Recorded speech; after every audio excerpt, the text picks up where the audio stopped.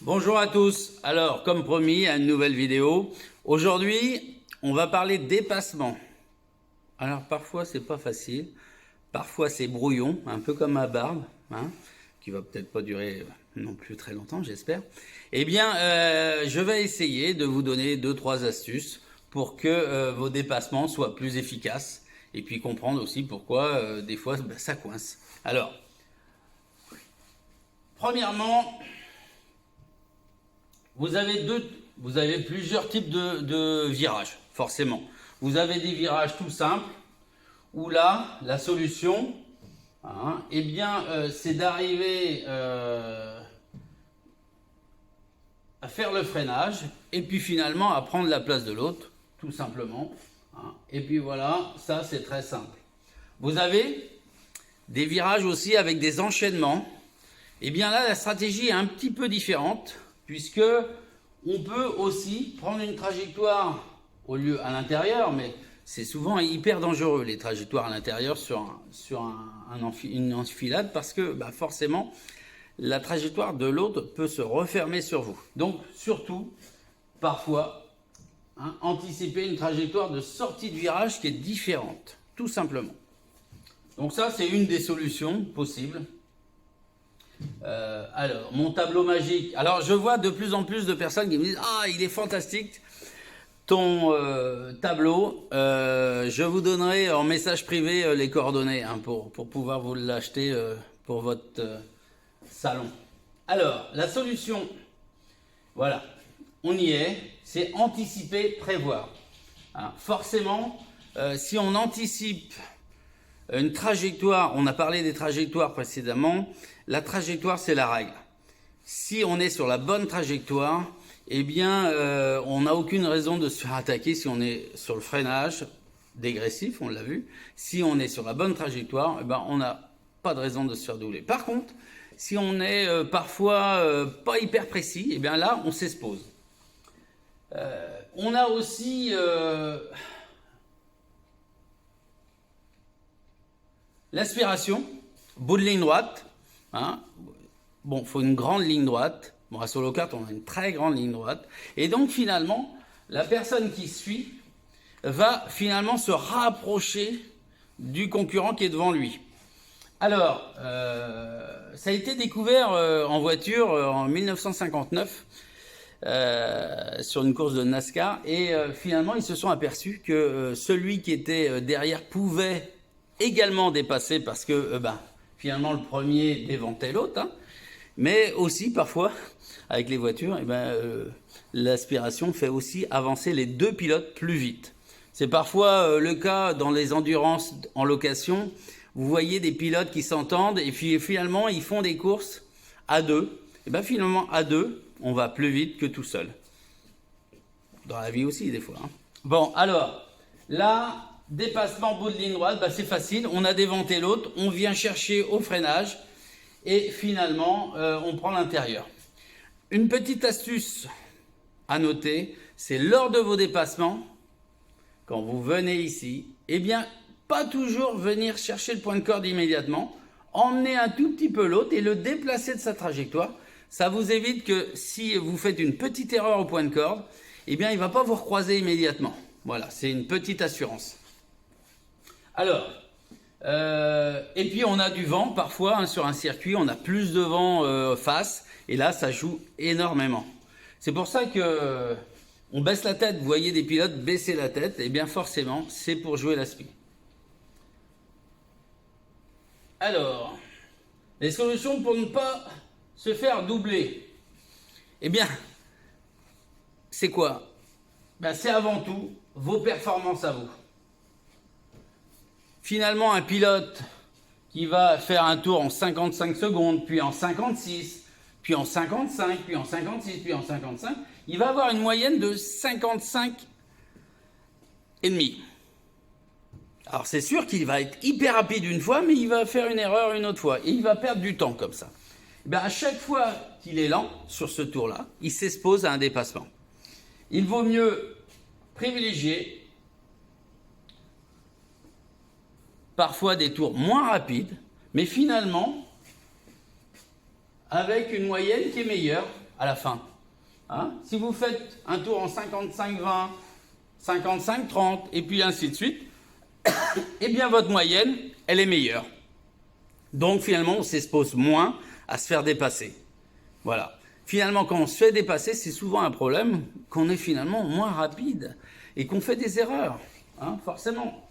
Donc, il y a aussi le problème des pilotes qui regardent derrière. Alors forcément, quand on tourne la tête, souvent, eh bien, on bouge les bras et on change la direction, on loupe le point de corde parfois, et on donne surtout une indication à l'autre qui est derrière, que vous êtes perturbé, que vous n'êtes pas serein, et que vous pouvez vous attendre à le déboîter. Et à partir du moment où on a regardé et que la personne s'est mise à sa place, ben finalement, le cerveau il peut plus prendre sa trajectoire normale. Hein. C'est fini, on ouvre, hein, ou on se laisse doubler. Bon, parfois c'est une bonne stratégie, on verra ça tout à l'heure. Donc là, attention, on ne regarde pas derrière, puisque à chaque fois qu'on regarde derrière, eh bien on peut modifier sa trajectoire et finalement perdre le plus important, c'est la performance auto. Freinage et trajectoire, trajectoire et freinage, eh bien finalement c'est les deux occasions de bien rester sur sa performance. Si on loupe sa trajectoire, ben forcément on s'expose. Si on loupe son freinage, eh bien on s'expose également. Hein. Il suffit de voir une erreur de trajectoire sur un virage comme celui-ci. Ben, si le pilote, vous en vert derrière, anticipez finalement une trajectoire différente, eh bien c'est simple. Vous allez pouvoir anticiper un dépassement en sortie de virage. Alors les dépassements en sortie de virage sont souvent les dépassements les plus efficaces par rapport à l'intérieur qu'on prend, hein, avant le point de corde et qui peut se refermer parfois. Hein. Donc là, c'est souvent ici que ça se passe parce qu'on va anticiper une trajectoire différente. Si vous voyez un pilote qui freine tard, de plus en plus tard, vous allez savoir qu'il va louper son point de corde à un moment donné. Ben, au lieu de le coller trop près, ben, vaut mieux des fois prendre un petit peu de distance et anticiper la sortie ici. Et là, bingo, à chaque fois ça marche. Alors ensuite, vous allez avoir les risques d'un dépassement loupé. Forcément, hein, on se présente et puis on n'est pas trop préparé. Finalement, on est un petit peu loin et finalement devant vous, ça se referme. Ça peut aller au choc. Bon, et là, vous perdez toutes les chances de pouvoir dépasser l'autre. Et souvent, quand vous loupez un dépassement, parfois un kart qui est un petit peu plus loin va pouvoir bénéficier de votre bagarre, hein, finalement. Et puis devant lui, il va voir que ça va ralentir finalement. Le premier va peut-être fermer un peu les portes. Le deuxième va peut-être essayer de passer. Ça va peut-être se frictionner. Et finalement, la bonne stratégie, c'est d'anticiper et de voir le virage d'après. Voilà, ça c'est important. Donc voilà, donc ça c'est important.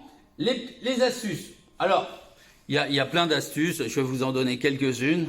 Hein. Déplacer les concurrents de la trajectoire normale. Alors, à partir du moment où vous voyez un pilote qui est devant vous et il fait 0 erreur, merveilleux, il n'y a pas de raison de le dépasser finalement, hein, ça va être compliqué.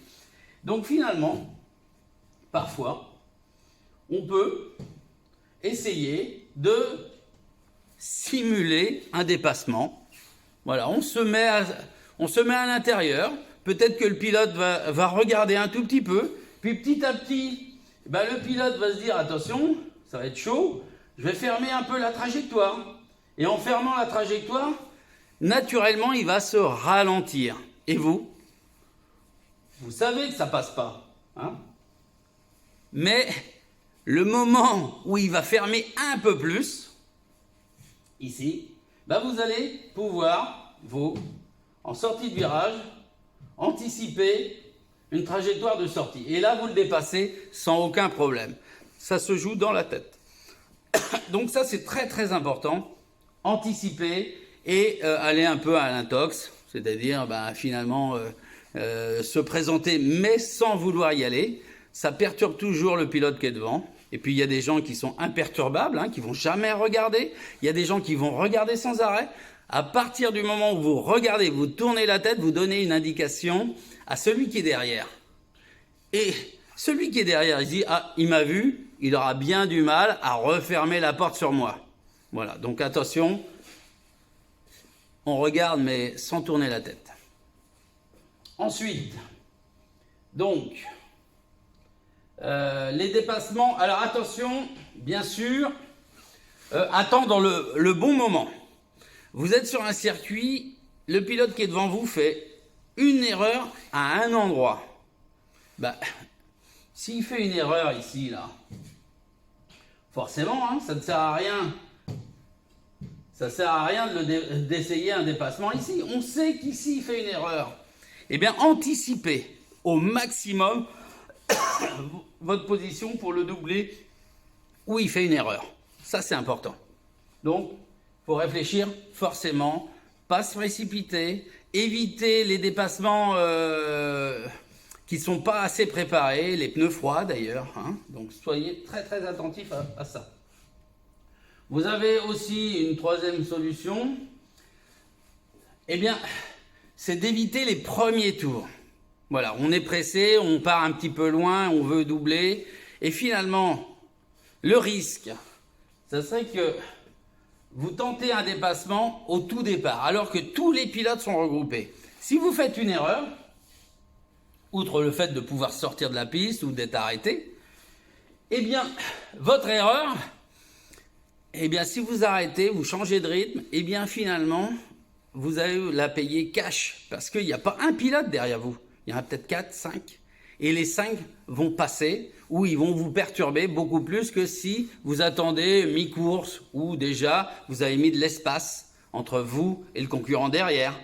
Ça permet aussi de prendre de l'espace et de prendre de l'avance par rapport à la course. Donc, si vous êtes deuxième, eh bien, autant attendre un petit peu, tous les deux franchir, faire de l'écart avec le peloton derrière, et au moment opportun, forcément, tenter un dépassement. Si vous le loupez, au pire, vous n'avez pas tout le monde.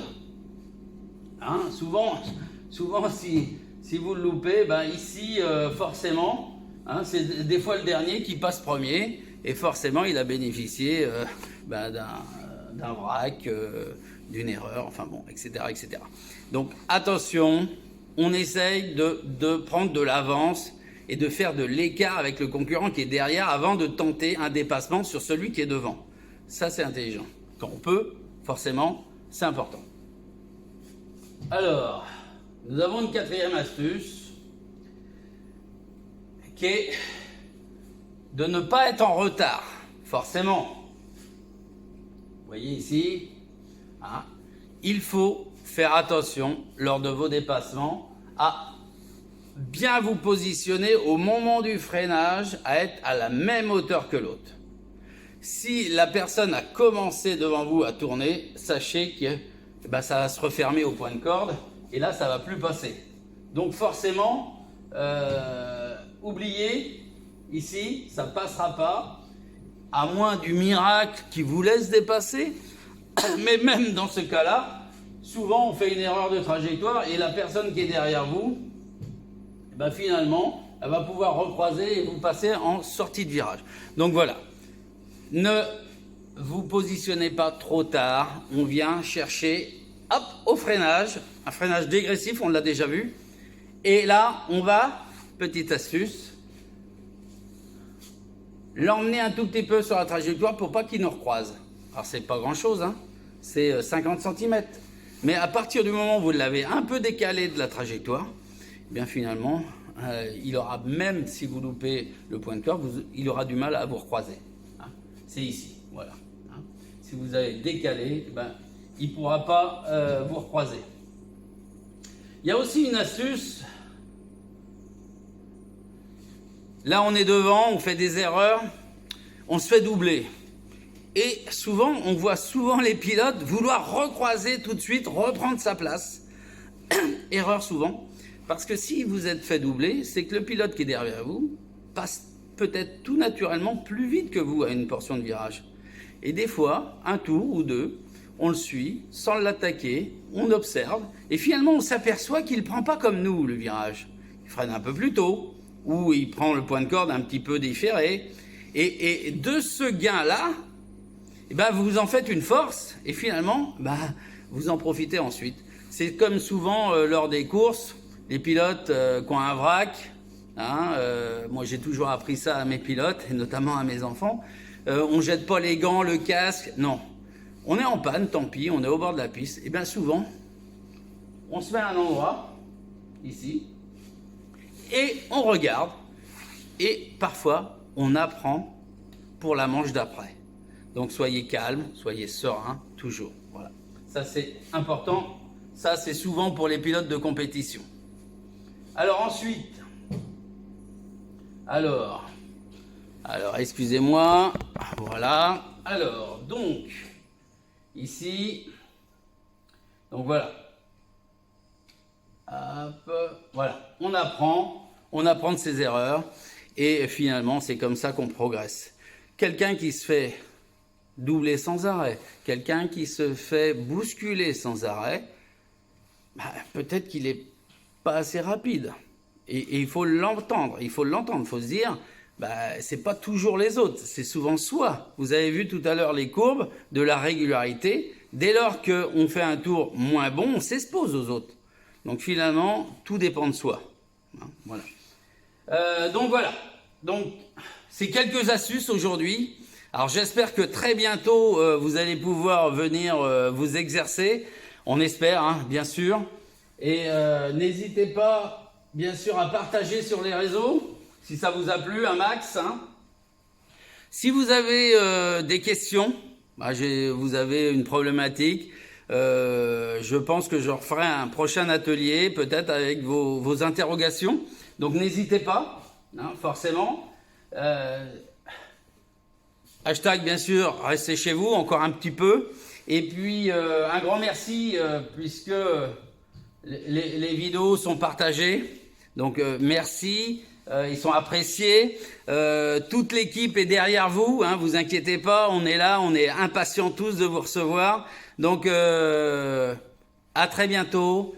Et puis, restez chez vous. Allez, à bientôt.